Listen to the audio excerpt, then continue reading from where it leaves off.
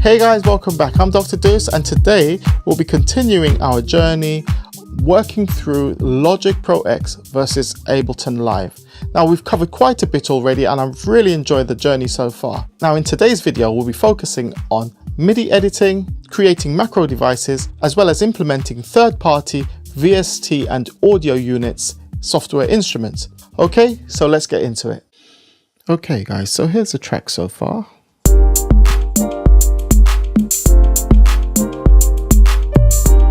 Okay, that's without the bass line. Okay, cool. Now I want to add another element, but this time, instead of using one of the stock instruments, I'm going to use a VST instrument, and you need to first of all know how to access those. So you come over here to the categories column and you look for plugins. Click on plugins. The first time you do this, you won't actually see anything in this column over here under name. What you'd have to do is come to Live, go to Preferences, File Folder, Plugin Sources, and then you select on here for audio units and use VST system folders. You click those on, and if you've got a custom folder, you switch that on as well. And each time you install a new plugin, it's always a good idea to rescan so that Ableton will actually pick it up. My VST and audio units plugins are installed, and the device I want to use is a VST device, which is Silent One. So I'm just going to grab that, drag and drop over here, and that's going to be my synth. This is a great little synth. A lot of dance and EDM producers use this, and it's got some great sounds, and I love to use it and incorporate some of the sounds into my productions. So I'm just going to put down a quick melody line to go with the production so far, and then we can get into some basic MIDI editing.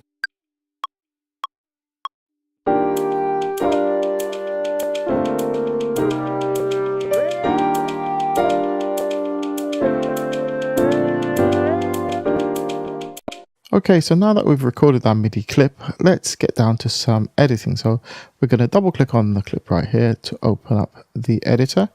Let's close this right here. And now these are the notes that we just recorded. Over here, we've got our sort of audition switch. At the moment, if I click on a note, I'm able to hear it. If I was to switch that off, I won't be able to hear the note if I click on it. So I generally keep this on. Okay, we go move up and down. We come over here, we scroll over here to scroll up and down. So the first thing I want to do is make sure that all of these notes are actually on point. So I'm going to quantize to get started. So the key command is Command A, select all, and then Command U to quantize. And as you can see now, all of the notes have adjusted. Let's play that back.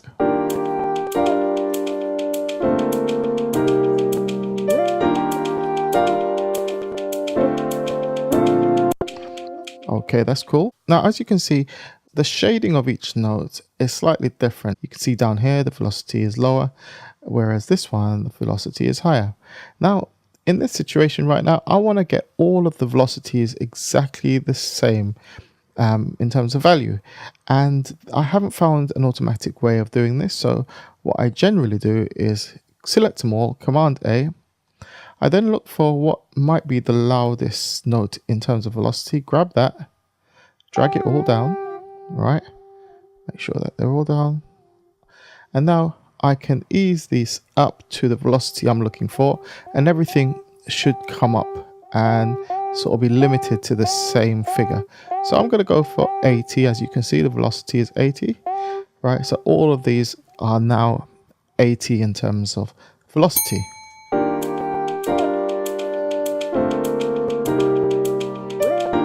Okay, the other thing I want to do is I want all of these notes to be legato, so they butt up against each other. So for example, this one's got an overlap, this one is too short leading up to this one. So what I want is I want them all to end like so, where so this one ends, this one begins. Okay, now I could go through and do this manually, but there's an automatic way of doing this, which is again Command A, select all, and come over here to legato. If we hit legato, you'll see everything adjust, bang. Now all of the notes, they butt up against each other. So let's play that back.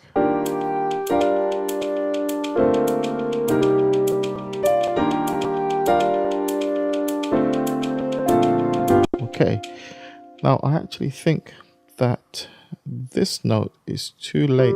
I'm gonna pull that. I think when it was quantized a little bit late, and this one as well. Let's pull that back to let's try that. Yeah, and then Command A once again, and legato.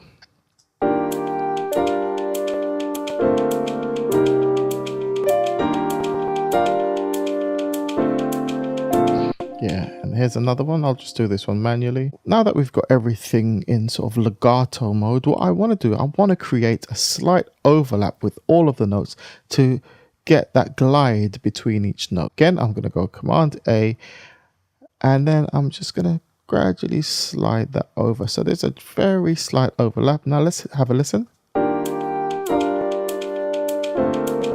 Yeah, there we go. That's lovely. There are a few more edit functions that you can do right here. Now let's say, for example, I wanted to extend this section beyond 4 bars. So we're 4 bars at the moment, but we want to have like an 8 bar section.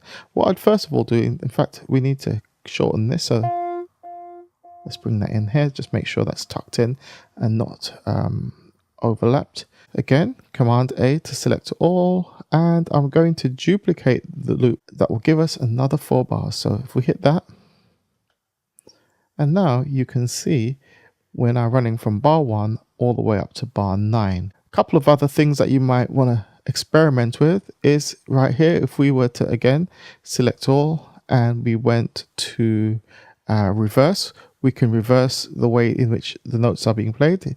Let's hit that.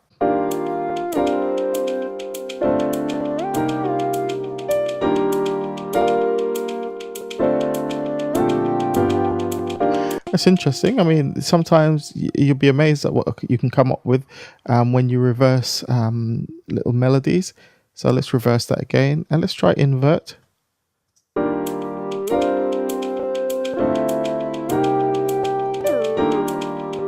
Again, interesting. I'm going to hit invert to go back to normal. Okay, and you know, just generally speaking, that's pretty much it. What you can do, like I said, you can hover over the start here and shorten the note like so. Let's undo that, Command Z, or you can do the same with the endpoint. You can move the note up or down to tune. Okay, now something to bear in mind actually is if you've got the fold switch switched on, now the fold switch gets rid of all of the notes that aren't being played, so you can focus on tuning or editing the notes that have been played. However, if you want to tune a note to another note position, you want to make sure that the fold is switched off so you can have access to all of the other notes on the keyboard. And of course, you've got information down here in relation to the length of the clip, how it's looping as well. So in terms of basic MIDI editing, those are the things I've sort of discovered in Ableton so far. Okay, so another really handy thing that you can do to spice up your recordings, whether it be MIDI recordings or audio, is the use of macros. And that's one of the most powerful things about Ableton, in fact, is the use of macro controls. So let's dig into that and see how we can use those. So first of all, we're going to come down. We've got our Silent 1 synth selected. We're just going to select and open that up. Okay, so what I'm going to do, I'm just going to introduce a couple of things into this channel strip. I'm going to bring in an overdrive effect in there. And I'm also going to bring in, yes, an EQ8. Let's bring that one in. Okay, and this is just to demonstrate. Now, the first thing I want to do is introduce some overdrive into the signal path. Also, what we want to be able to do with the EQ8 is to apply a filter. So a low pass filter. Okay, so now what we do is we select the title bar here for the EQ8, and we select the title bar and hold down Shift and select title bar on the overdrive. And now we're going to right click and group. Okay, cool. In fact, let's put this back to normal. Select here.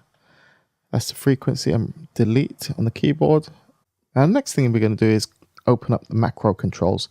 And if you look right here, you will see this switch right here. You click that, and here is our effects rack macro panel. Now the controls that we're going to set up as macros are, first of all, the frequency.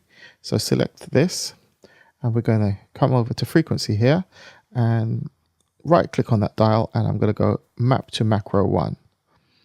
And now when I turn this dial, it's affecting this dial right here. Okay, so that's cool. I'm also going to go right click on drive, go to map to macro 2, right click on tone, map to macro 3. And as you can see when I move these around. Okay, so now we've got that all set up. The first thing we want to do is go to the frequency knob right here. What we want to do is we want to say find our lowest point, okay, and make a note of that. So let's play that back and see the lowest cutoff point.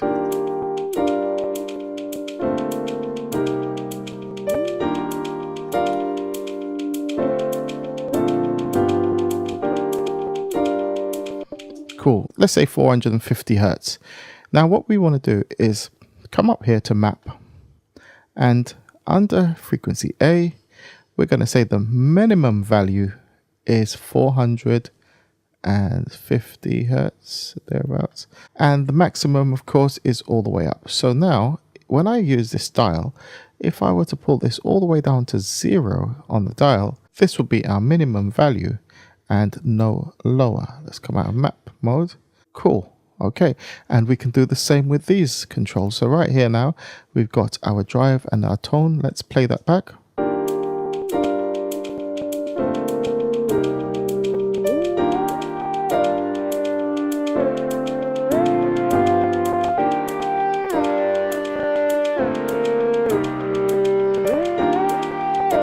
And as you can see, by using these dials, we're adjusting the drive and tone balance on the overdrive.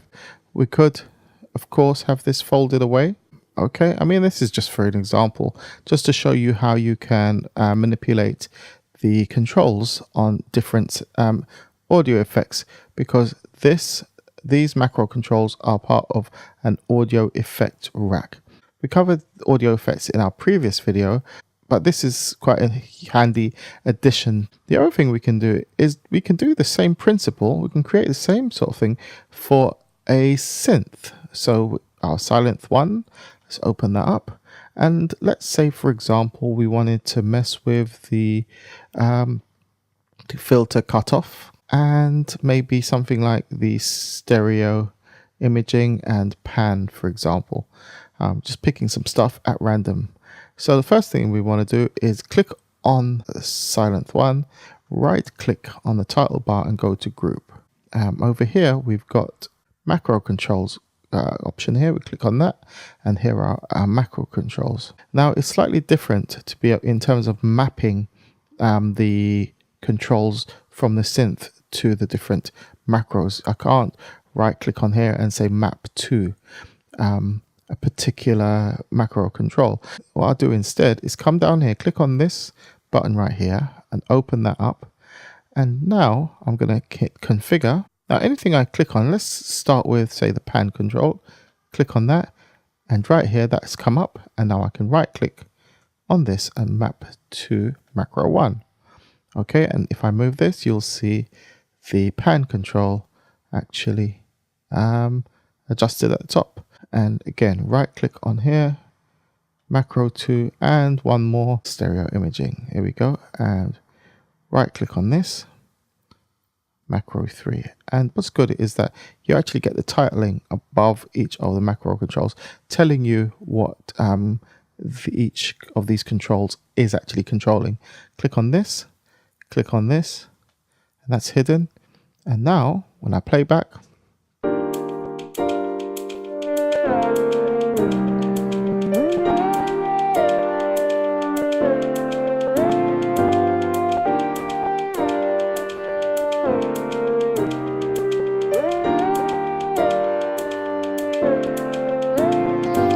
now, of course, I'm only controlling the stereo image and panning for oscillator A1. The idea is that if you want to be able to pull out some of the controls out of a synth and have them in just one little bundle, just like here.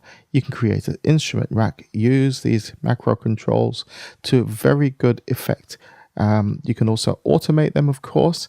We will touch on automation in another video. And of course, you know, to set the parameters such as the upper and lower limits, this is very, very handy and very useful in determining your upper and lower limits. So I'm going to leave it there for Ableton, and let's hop over to Logic and see how the same sort of thing is done over there. Okay, so we're now in Logic and we are looking at the arrangement that we've built up so far past few weeks. Now, as you can see down here, I've got the Silent 1 MIDI part that I played over in Ableton. Let me just play that back for you.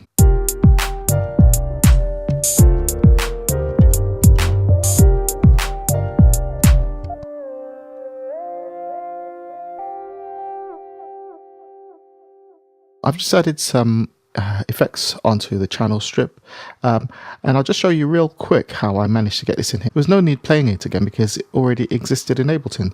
So let's pop back to Ableton, and this is the MIDI clip right here.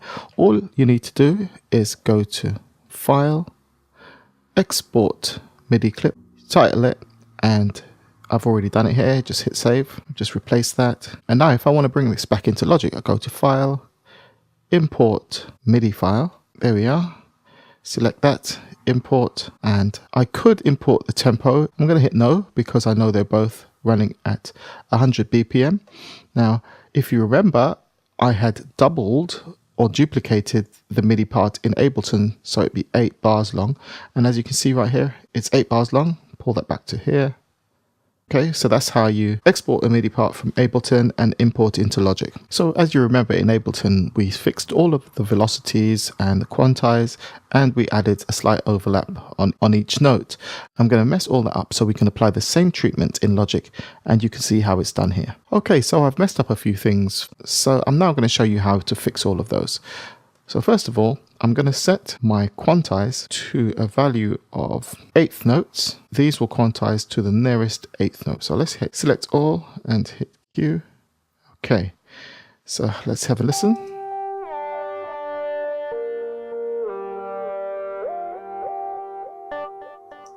Right, this one is a bit late, so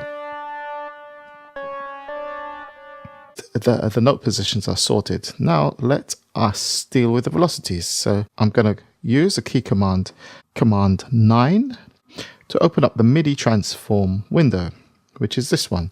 And this is a very powerful window. I've got another video. In fact, I've got a few videos on using this tool, and I'll have links on the screen. First of all, let's start with fixed velocity. I can determine a velocity. Let's say it was 90. Okay, I can choose whether I want that to be fixed. A whole range of options there, but we're going to go for fixed, and we're going to hit select and operate. So Logic will now select everything in this region and operate. There we go. So that's 90. Let's come out. Here we go. So everything is now set to exactly the same velocity. The other thing I want to do is I want to remove any note overlap. So I want everything to be legato. Now to do so, we can use this function over here. If I was to again select all and come to edit, trim. Now I've got two options here, and I'm going to choose the one at the bottom, note end to following notes, force legato, and the key command is shift backspace, which I'll use, shift backspace. So now all of these notes end where the new one starts. I'm now going to create our slight overlap by selecting the first note.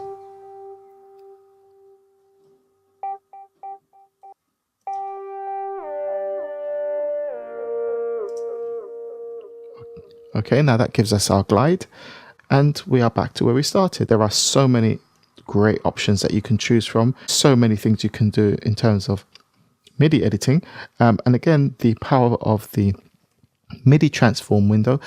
Something that you might want to check out is, let me show you this one, humanize. I've got another video on this and I'll post the link. There are quite a few great options here. So half speed, double speed, You can reverse position as we did in Ableton. We reversed all the notes. So I'm not going to spend much more time on this. Like I said, I'll post a couple of links to other videos. And let's move on to the mapping section of the video. So one of the seldom used yet very powerful features in Logic is the Smart Controls options, which is here. You can click on that or use letter B on the keyboard to toggle that on and off. Similar to Ableton, our macro controls down here, and these are mapped to different parts of a synth or an effect processor. Now, as default, Logic automatically sets certain things up. So as we've got here, we've got a Silent 1 synth loaded. So let's open that up. And these are the envelope settings for the oscillators in part A and in part B. And here is the amp envelope. So if you see here, if you notice how these have been matched up, you can see the attack. This is the attack control. If I was to move this, you see the attack control there, and the sustain is pretty much all the way up. So yeah. And if I was to flip over to B, what we got here, we've got the attack as well. Move the attack. However, you can set your own ones, okay? And that's the beauty of this. Now we have 8 controls at our disposal, and this is how we can use them. So let's say, for example, we came over to our EQ, our channel EQ, and we wanted to set, say, control number 1 to this right here. All we need to do is click on this info button, and we can click learn this control right here. We're going to click on this. So we're now setting up this control, and we click on frequency. Boom. High cut frequency. If I pull that down, there we go. Let's say now for this control, we clicked on there. Let's go to our overdrive, and we're going to use the drive. Click on drive, and now the drive control has been learned. Stereo delay. Let's say we wanted to adjust the feedback. We click learn, click on the one that we want to work with, and feedback. You've got all of these controls that you can mess with, and you can map these, of course, to your MIDI controller. What we can do is we can sort out the range as well. So if I wanted to only go down to a minimum range of, say, let's set that to 500 hertz. Okay, so you can adjust the range boundaries, and you do the same for all of the controls that you've got set up, the upper and lower limits. And another cool thing about this is you can adjust the curve, the scaling. So if I was to click here, I can adjust, this is the default curve, so it's a straight line as I adjust my control here. However, you can have a curve, so it's quite steep at the beginning, then it eases up a bit, and so there's a lot of control here under the Smart Controls panel. This right here is where you can assign your individual controls to your attached keyboard. Now I had a Korg NanoPad MIDI device connected earlier, and it's remembered this. I haven't got anything connected right now, so if I did, I'd just hit learn right here, select the control, and then map that to my external MIDI controller or device. So hopefully that covers everything. I know I've sort of rushed through the Logic part of this, but as I said, I've got other videos which I'll post links to in relation to MIDI editing in Logic, and you can always check those out. Okay guys, I do hope you found the video useful and it's helping you on your journey, because it certainly is helping me. As you know, I'm a long-term Logic user, and in a way we're discovering this Ableton stuff together, which is great. So if you have any comments or feedback or knowledge, remember to post in the comment section, because it's always great hearing and learning from you. There'll be more coming up because we still got to tackle arrangement view and working in that environment, which is another really exciting and powerful way of working in Ableton Live. So let's keep this thing going. I look forward to hearing from you. And remember, if you find it useful, share, like, comment, and subscribe. I'm Dr. Deuce. Peace.